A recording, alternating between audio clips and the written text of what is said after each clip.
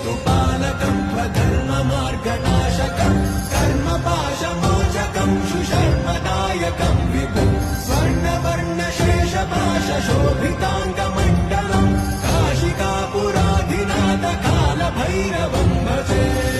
पादुका प्रभाभिरामपादयुग्मकं नित्यमद्वितीयमिष्टदैवतं